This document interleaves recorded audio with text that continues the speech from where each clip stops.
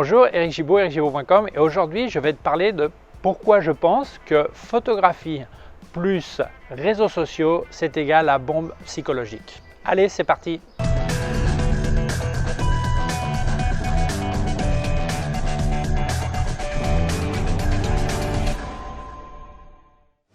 Tout d'abord, il y a une chose que je pense qui est claire dans la tête de beaucoup, mais dans la mienne c'est vraiment très clair. S'il n'y avait pas de photographie numérique, digitale, suivant comment tu dis, il y aurait beaucoup moins de gens qui feraient des photos. Pourquoi? Parce que ça serait comme à l'époque chimique, argentique, où tu avais quelquefois un pocket avec un petit appareil, comme mon premier Kodak, avec une cartouche pellicule. Et puis, tu n'avais aucun réglage, donc tu faisais photo de temps en temps, mais voilà, tu faisais 12, 24, 36 photos, et puis la pellicule elle durait 2 mois, 3 mois, et puis tu l'emmenais au labo, puis tu la récupérais, puis tu avais tes photos, voilà. Mais tu n'avais pas de processus rapide, sauf chez les professionnels ou les amateurs avancés, mais le commun des mortels n'avait pas cette rapidité. La rapidité du numérique fait que les gens font beaucoup de photos parce qu'ils les ont tout de suite. Peu importe l'outil, que ce soit un téléphone, un appareil photo, mais tu as tout de suite la photo. Et deuxièmement, même si la photographie numérique existait, s'il n'y avait pas Internet et surtout les réseaux sociaux, les gens feraient beaucoup moins de photos. Parce qu'en fait, beaucoup de gens font des photos parce qu'ils les publient. Et comme les publier sur les réseaux sociaux spécialisés en photos, Instagram, Flickr, trucs comme ça, 500px et tout ça, comme c'est facile, c'est rapide, c'est immédiat, eh bien ça les motive à faire plus de photos. Donc, sans le numérique, il y aurait beaucoup moins de gens qui font des photos, et sans les réseaux sociaux, même avec du numérique, je pense qu'il y aurait beaucoup moins de photos. Qui publie? Alors, il y a deux mondes, le professionnel et l'amateur. Alors, le professionnel, normalement, il publie dans une optique de promotion, de publicité. Voici mon travail, est-ce que tu veux acheter la photo? Est-ce que tu veux m'engager comme photographe? C'est de la publicité. Alors évidemment, il y a des photographes qui font aussi des photos pour eux-mêmes, comme c'est mon cas, et ils les publient aussi, mais pas dans un but commercial.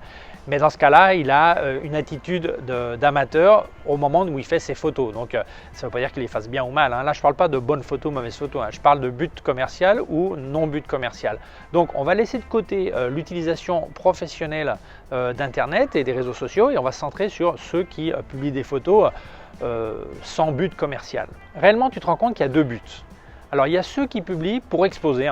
C'est-à-dire, au lieu d'avoir une galerie de photographies dans un local, eh bien, ils publient sur Internet pour montrer leurs photos. Simplement pour montrer. Ils ne veulent pas plus que montrer, c'est tout. Et après, il y a ceux qui publient dans un but d'apprentissage. C'est-à-dire, je publie ma photo, par exemple, sur Flickr ou dans un groupe Facebook pour que les gens m'aide, me conseille, m'explique comment améliorer ma technique, m'explique comment faire des photos meilleures, m'explique comment monter mon niveau de connaissance. Et ça, c'est dans un but d'apprentissage. Donc, ça serait un petit peu comme un club photo virtuel. C'est-à-dire qu'au lieu d'aller dans un club physique où les gens, d'autres copains du club peuvent m'aider ou m'apprendre ou m'enseigner, eh bien là, ça se fait virtuellement à travers Internet d'une manière ou d'une autre. Alors ça, c'est en fait un club photo virtuel, et c'est surtout ce qu'on retrouve sur les groupes de Facebook. Alors dans ceux qui le font uniquement dans un but d'exposition, il y a plusieurs raisons. Un, c'est le plaisir de partager, c'est-à-dire je suis allé en vacances à tel endroit, il y a peut-être des gens, ils n'ont pas pu y aller, ils aimeraient peut-être y aller, ils aimeraient peut-être voir comment c'est, je vais partager. Le plaisir de tiens, regarde la photo, j'espère que ça te plaît. Ou un repas, ou un chanteur, ou enfin partager, voilà. De la même manière qu'on peut regarder un reportage à la télé sur voyage, un voyage, un truc comme ça, mais c'est la même chose. Partager, mais sans but bizarre derrière, simplement je partage. L'autre, comme je disais avant, qu'il utilise ça comme une galerie virtuelle. Je veux montrer ce que je fais, mais je n'ai pas forcément les moyens de payer un local où il y aurait que les gens de ma ville qui viendraient. J'utilise Internet parce que c'est un moyen international et mondial et de montrer ce que je fais. Et là, on se rend compte qu'il y a souvent une histoire psychologique derrière qui va beaucoup plus loin que la photographie. Et dans ceux qui exposent, il y a vraiment souvent deux raisons. Une raison, c'est l'estime de soi, c'est-à-dire j'ai besoin qu'on me dise tu travailles bien, tu fais les bonnes photos, tu fais un bon boulot. Pourquoi? Parce que tu te rends compte que dans la vie habituelle, souvent on te paye ton salaire, mais on ne dit pas « Oh, tu as fait un super boulot ce mois-ci », on ne te félicite pas. Tu changes une ampoule chez toi, personne n'applaudit parce que tu as changé une ampoule. Tu fais la cuisine, mais comme tu cuisines très bien tous les jours, ben, on ne te félicite même plus pour le super plat que tu as fait parce qu'on en est habitué. Tu as fait quelque chose qui est peut-être pas spécialement exceptionnel, mais toute la routine, on ne te félicite plus. Donc, de moins en moins, tu entends « Oh, super, j'aime bien ta coupe de cheveux, tu as fait un truc bien ». Tout ça, ça meurt, aussi bien au niveau personnel que professionnel. Ça veut dire que ces gens, quand ils vont publier une photo et que les gens vont leur dire « Waouh, super photo », alors souvent sans aucun critère, ni technique, ni esthétique, ni artistique, c'est-à-dire que la photo peut être minable, mais le fait qu'on te félicite, ça te « Waouh », ça te remonte, tu vois. Et beaucoup de gens, même s'ils ne veulent pas le reconnaître, ont besoin de ça. Je pense que personne va dire, comme moi, quand on me félicite, j'en ai rien à faire. Non, je pense qu'on est tous contents quand quelqu'un te félicite. Même si on n'a pas forcément, les critères de la personne qui félicite ne sont pas forcément très logiques et te félicite pour un truc en fait n'est pas bien terrible, mais toi, ça te rentre une bouffée d'énergie. Donc ça, psychologiquement, pour beaucoup, ça vient super. Mais le problème, c'est entre l'estime de soi et l'ego, être un égocentrique, il y a une frontière très fine. Alors il y en a qui sont égocentriques et qui arrivent directement sur internet avec leur ego bien chargé, et d'autres, ceux qui passent de l'estime de soi, la confiance en eux-mêmes à l'ego, c'est-à-dire que ça leur monte à la tête. Et là, ces gens-là, ça c'est vraiment ce qui pourrit la photographie, ce qui pourrit les groupes Facebook, ce qui pourrit les groupes Flickr, ce qui pourrit les clubs photo même personnels, c'est ces égocentriques qui se croient supérieurs aux autres. Tu vas te rendre compte que ces gens-là, rarement, ils ressortent par leur modestie. En général, ils sont peu humbles, peu modestes, et souvent on les détecte parce qu'ils mettent en avant deux choses. Alors peu importe dans quel ordre, mais deux choses. Un, le matériel photographique qu'ils ont. Ils parlent souvent de leur matos, qu'ils ont le meilleur truc, le super truc, ça, parce qu'en fait, ils ont besoin d'une reconnaissance de leur pouvoir d'achat. C'est-à-dire que l'important, c'est j'ai tel appareil photo, j'ai telle marque, j'ai tel truc, ça c'est super important. Ça passe avant tout. Et deuxièmement, alors pas forcément dans cet ordre ou dans l'autre, c'est que ce sont des artistes. C'est-à-dire qu'eux, ils ne font pas des photos, ils font de l'art. Et ça, c'est un truc qu'ils en ont plein la bouche. Je suis un artiste, je fais de l'art, je fais de la photo, waouh, monsieur, j'ai mon dernier machin avec, hey, je fais de l'art. Et en fait, il y en a qui n'ont que l'un des deux parce qu'ils ont un matériel minable, donc ils se défendent sur l'art, d'autres qui ont les deux, enfin, en général, les deux trucs qu'ils avancent le plus, c'est ça. Et tu te rends compte que dans les lieux de débat, que ce soit présentiel ou virtuel, rarement, ils ressortent par leurs photos. D'ailleurs, beaucoup ne publient pratiquement aucune photo. Par contre, ce que tu vois, ce sont les commentaires qu'ils font. En général, ils ridiculisent les autres. Ils vont d'experts, ils en savent plus que les autres. Ils félicitent rarement, ils cherchent toujours la petite truc à critiquer, même s'il y a une photo. D'ailleurs, tu vois une photo qui a énormément de likes, il y a un mec qui vient pour détruire la photo. Mais il pourrait dire, bah moi je ne suis pas tout à fait d'accord parce que je trouve ceci. Non, directement, paf, il rentre dedans. Et quand tu vas voir ces photos sont toutes minables et même souvent il n'a même pas de photos publiées. Et tu vois, ces mecs, en fait, la photographie pour eux, c'est accessoire. L'important pour eux, c'est frimer, c'est écraser les autres. Parce qu'en général, dans la vie, ce sont des minables, des fracassés, comme on dit en espagnol, des ratés. Et cette manière, c'est de se réaffirmer. C'est un petit peu souvent, on dit que les gens qui sont les plus cravacheurs ou les plus maltraiteurs dans leur couple, eh bien souvent dans leur boulot, ce sont des mecs justement écrasés et c'est leur manière de se sentir quelqu'un, quoi. C'est des petits minables, donc il faut qu'ils écrasent quelqu'un d'autre. Eh bien, énormément de ces gens-là sont des petits minables dans leur vie, mais il faut qu'ils écrasent les autres. Et il n'y a rien de plus pratique que l'anonymat des réseaux sociaux pour frimer, surtout quand on ne peut pas contraster les informations qu'ils donnent, on ne peut pas vérifier, et écraser les autres. Et ça vraiment, ça pourrit le monde de la photographie, ça tue le monde de la photographie, ça tue la bonne ambiance. Et ces mecs, c'est des mecs toxiques pour le monde, pour la vie de la photographie. Donc ils veulent se faire passer pour des experts, mais quand tu grattes un petit peu le vernis, tu te rends compte que tu arrives tout de suite au bois, parce qu'il y a très peu de vernis, peu de connaissances, et réellement ils sont là pour un grave problème psychologique d'ego. Et en fait, tu te rends compte qu'il y a énormément de gens qui ne font pas de photos pour la photographie, mais de la photographie pour appuyer leurs circonstances, leur situation, pour se montrer en fait. Et pour beaucoup, il est beaucoup plus important de publier une photo de ce qu'ils vont manger ou de ce qu'ils voient que réellement pour la photo en soi. Je fais la photo pour avoir un souvenir ou je fais la photo pour développer une idée artistique ou technique ou ce que j'ai. Non, non, l'important c'est de le faire pour que les autres le voient. D'ailleurs, tu te rends compte, il y a énormément de gens qui vont à un concert, ils ont leur appareil photo, là, ils sont en train d'enregistrer tout le concert, 100% du concert en fait. Et tu dis, attends, mais le mec, il a vu tout le concert à travers l'écran de son téléphone. Il n'a même pas vu le chanteur, il a regardé à travers l'écran. Et alors quand tu lui demandes, non, mais comme ça, je le regarde après chez moi. Et c'est faux, tu te rends compte que le premier truc qu'ils font, c'est monter ça sur Facebook pour justement que les autres puissent dire, oh, il a été au concert, oh, ah ben, tu te rends compte, lui, il y est allé. Et ça, c'est wow, et ça, c'est l'égocentrisme en plein délire, quoi. Et parce qu'en fait, un vrai fan d'un chanteur, il sait que quand le chanteur ou le groupe va finir sa tournée, mondiale ou internationale ou nationale, mondiale et internationale, c'est à peu près la même chose, enfin, ou nationale, ou européenne, ou peu importe, ou continentale, eh bien, il va sûrement sortir un DVD avec les meilleurs moments de tous ces concerts, une recompilation pour faire une vidéo de sa tournée. Donc, si tu es vraiment un fan de chanteur, tu vas acheter cette vidéo, parce que justement, tu auras le meilleur son, les meilleures prises de vue et tout ça, et ça sera bien meilleur que ce que tu as pu enregistrer avec ton téléphone, avec le mec qui gueule à côté, l'autre qui chante faux juste à côté de l'autre côté. Donc évidemment, si tu enregistres tout le concert, un truc c'est enregistrer 3 minutes comme témoignage, pour un souvenir, soit. Mais le mec enregistre tout le concert, évidemment, le seul but, c'est la frime. Donc en fait, tu te rends compte qu'il y a de moins en moins de photographeurs sélectifs, mais de plus en plus de collectionneurs.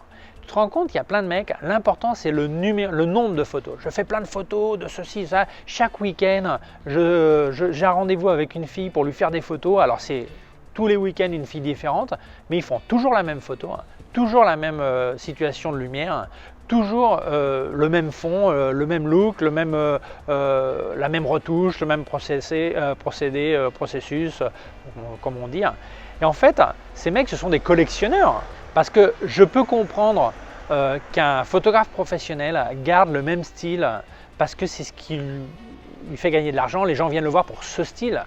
Mais un amateur ou même un professionnel en situation amateur, justement, il n'a pas d'engagement financier, il n'a pas d'obligation de résultat. Il peut parfaitement essayer de changer de technique, des nouveaux looks, nouvel éclairage, nouvelles poses, nouveaux angles, nouvelles situations. Et beaucoup ne le font pas, ils font toujours la même photo. Et ça veut dire qu'en fait, ce sont des collectionneurs d'applaudissements en fait. Ils savent que ça, c'est un truc qui leur rapporte un applaudissement, donc ils font la même chose sans arrêt. Et ça, pour moi, ça n'a aucun intérêt photographique. Parce qu'un photographe dans l'âme, ce qu'il va chercher, c'est faire des nouveaux trucs, enquêter sur des techniques, faire des recherches, voilà, et essayer des nouvelles choses. S'il fait toujours la même chose sans que ça soit pour une raison commerciale, c'est absurde. D'ailleurs, même les peintres ou les sculpteurs, durant leur carrière, leur vie, ils changent de style. Ils ont des phases, des époques, des périodes. Et donc, un mec qui fait, je vois certains, ça fait 10 ans qu'ils font la même photo, ben moi, il faudrait qu'il m'explique pourquoi ça fait 10 ans qu'il fait la même photo, il y a simplement la tête de la personne. Et si en plus, c'est toujours des filles, au lieu de quelquefois un mec, quelquefois un enfant, quelquefois une fille, quelquefois une personne âgée, quelquefois une personne... Moi, je dis, mais attends, la photo, ce ne serait pas une excuse pour voir des filles chaque week-end? Ça ne veut pas dire qu'il y a d'autres histoires derrière, hein. Attention, hein, je ne rentre pas dans ces détails de photographe, hein. Mais là, je parle de simplement, ça n'a aucun sens. C'est-à-dire que c'est un collectionneur. Quand les gens publient une photo, s'ils n'obtiennent pas les réactions qu'ils attendaient, eux, ils ont 3 manières de réagir. La première, c'est celle qui dit ok, t'aimes pas ma photo, pourquoi? Ok, qu'est-ce que tu aurais fait ou qu'est-ce que tu me conseilles de faire ou qu'est-ce qui ne va pas sur ma photo pour que la prochaine soit meilleure? C'est dans un but d'apprentissage. Et ça, c'est un vrai photographe, même s'il vient de démarrer. C'est un vrai photographe. Parce qu'un vrai photographe, à mon avis, c'est quelqu'un qui toute sa vie va apprendre, toute sa vie, il va essayer de s'améliorer. Alors évidemment, il y a des situations où ça ne t'intéresse pas que publiquement on te dise ça parce que tes clients, si tu es professionnel, le voient et ils peuvent penser que tu n'es pas aussi bon qu'ils y pensaient et perdre le client, tout ça. Donc il faut toujours faire attention quand tu fais des commentaires, à qui, comment, pourquoi.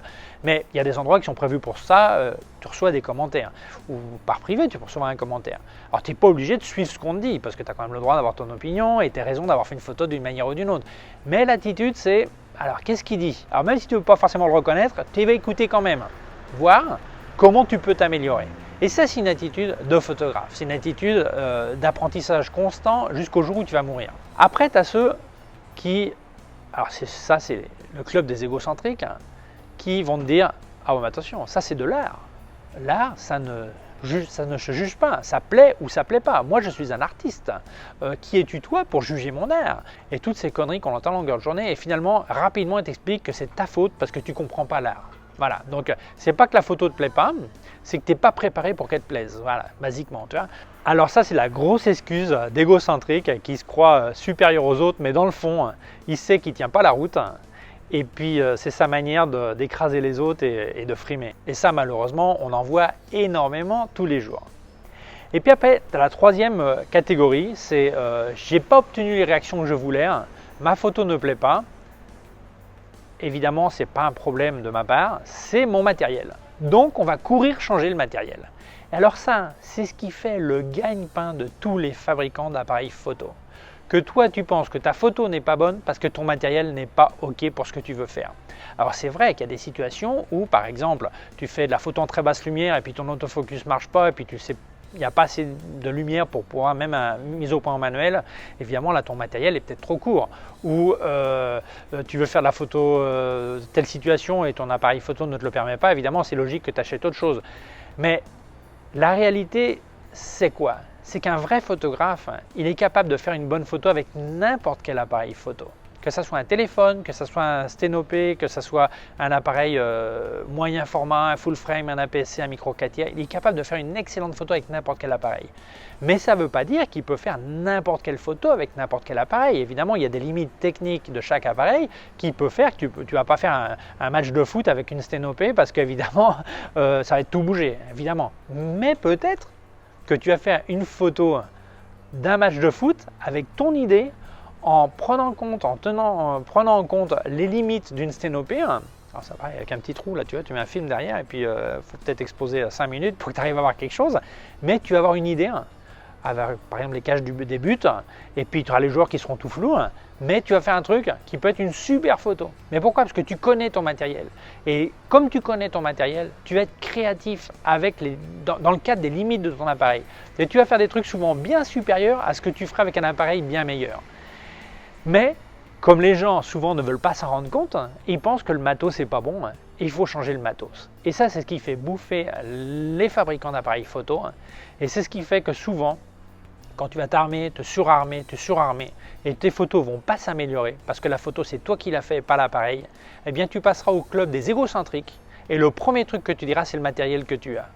Même si tes photos sont une grosse merde, simplement parce qu'il faut bien frimer avec quelque chose. Alors tu frimeras avec ton matos. En fait, tu te rends compte que si les réseaux sociaux n'existaient pas, il y a énormément de gens qui ne seraient ni photographes ni modèles.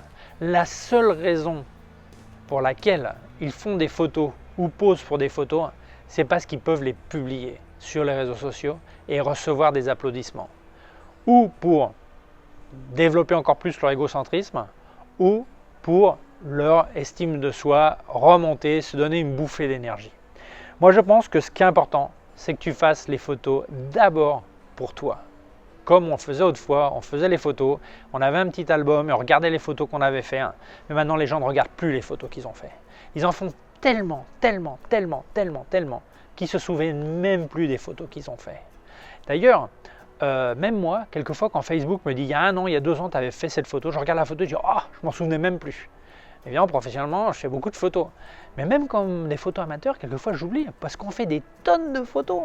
Et en fait, tu te rends compte que cette quantité est en train de tuer la photographie. On fait de la massification de photos, mais on ne profite plus de la photo d'une manière unitaire. On profite du moment où on fait la photo, du moment où on la publie et on oublie la photo. Et c'est triste. Et réellement, ça, c'est en train de tuer la photographie. Ça, c'est devenu de la folie. C'est-à-dire qu'on collectionne. Quand on avait 20 disques vinyles, on en profitait, on les écoutait. Quand on en avait 100, on les écoutait. Maintenant, on a tout Internet. On écoute n'importe quoi. On n'écoute même plus jusqu'à la fin de la chanson. On s'en fout. On passe à la suivante. Et bien là, c'est pareil. Et la photographie est en train de mourir du succès qu'elle a. Ça, je te le garantis. C'est-à-dire que la photographie ne va pas mourir, elle va continuer à exister bien longtemps évidemment.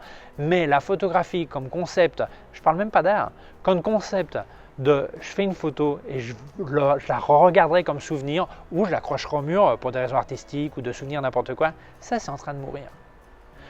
Eh bien voilà, c'était mon avis. Je pense qu'il y a un gros problème de photographie, surtout numérique, plus réseaux sociaux, et il y a une bombe psychologique derrière qui explose de plus en plus. J'espère que cette vidéo t'a plu. Si tu penses que ça peut intéresser d'autres personnes, je t'invite à la partager sur les réseaux sociaux. Si tu ne l'as pas encore fait, tu peux t'abonner à ma chaîne YouTube. Il y a un petit bouton par là et aussi une clochette. Si tu appuies sur la clochette, tu recevras un avis quand je monte une nouvelle vidéo. Mon site web ericgibaud.com/fr pour la version en français. J'ai aussi des cours de photographie en vidéo sur ericgibaud.com/fr/cours en ligne. Si tu as une quelconque question, tu peux laisser un commentaire dessous ou m'envoyer un email à info@ericgibaud.com. Dessous, j'ai aussi mis des liens de mon matériel sur Amazon et aussi des liens vers d'autres sections de ma chaîne YouTube. Merci beaucoup, au revoir.